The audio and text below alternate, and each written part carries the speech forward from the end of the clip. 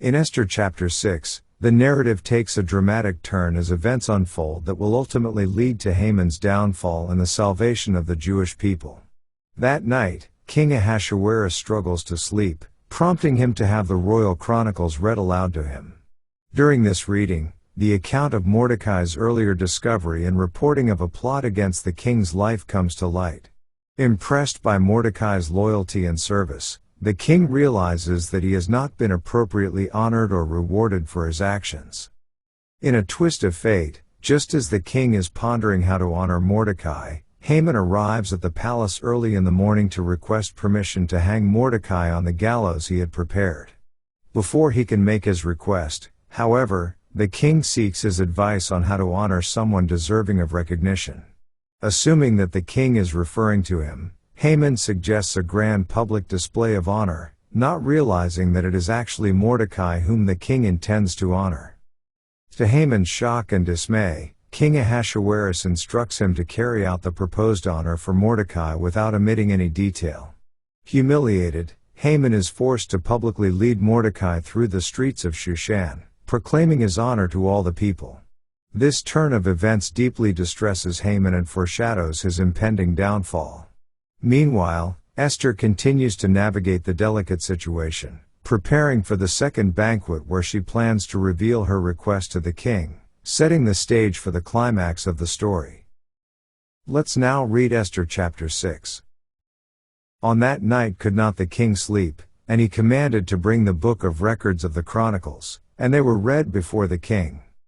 And it was found written, that Mordecai had told of Bigthana and Teresh, two of the king's chamberlains, the keepers of the door, who sought to lay hand on the king Ahasuerus. And the king said, What honor and dignity hath been done to Mordecai for this? Then said the king's servants that ministered unto him, There is nothing done for him. And the king said, Who is in the court? Now Haman was come into the outward court of the king's house, to speak unto the king to hang Mordecai on the gallows that he had prepared for him. And the king's servants said unto him, Behold, Haman standeth in the court. And the king said, Let him come in. So Haman came in. And the king said unto him, What shall be done unto the man whom the king delighteth to honor? Now Haman thought in his heart, To whom would the king delight to do honor more than to myself? And Haman answered the king, For the man whom the king delighteth to honor. Let the royal apparel be brought which the king useth to wear, and the horse that the king rideth upon, and the crown royal which is set upon his head. And let this apparel and horse be delivered to the hand of one of the king's most noble princes, that they may array the man withal whom the king delighteth to honor, and bring him on horseback through the street of the city, and proclaim before him, Thus shall it be done to the man whom the king delighteth to honor.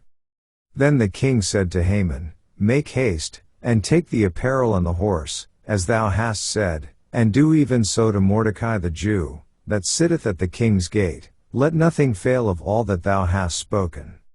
Then took Haman the apparel and the horse, and arrayed Mordecai, and brought him on horseback through the street of the city, and proclaimed before him, Thus shall it be done unto the man whom the king delighteth to honor.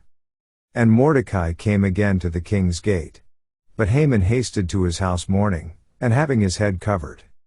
And Haman told Zeresh his wife and all his friends everything that had befallen him.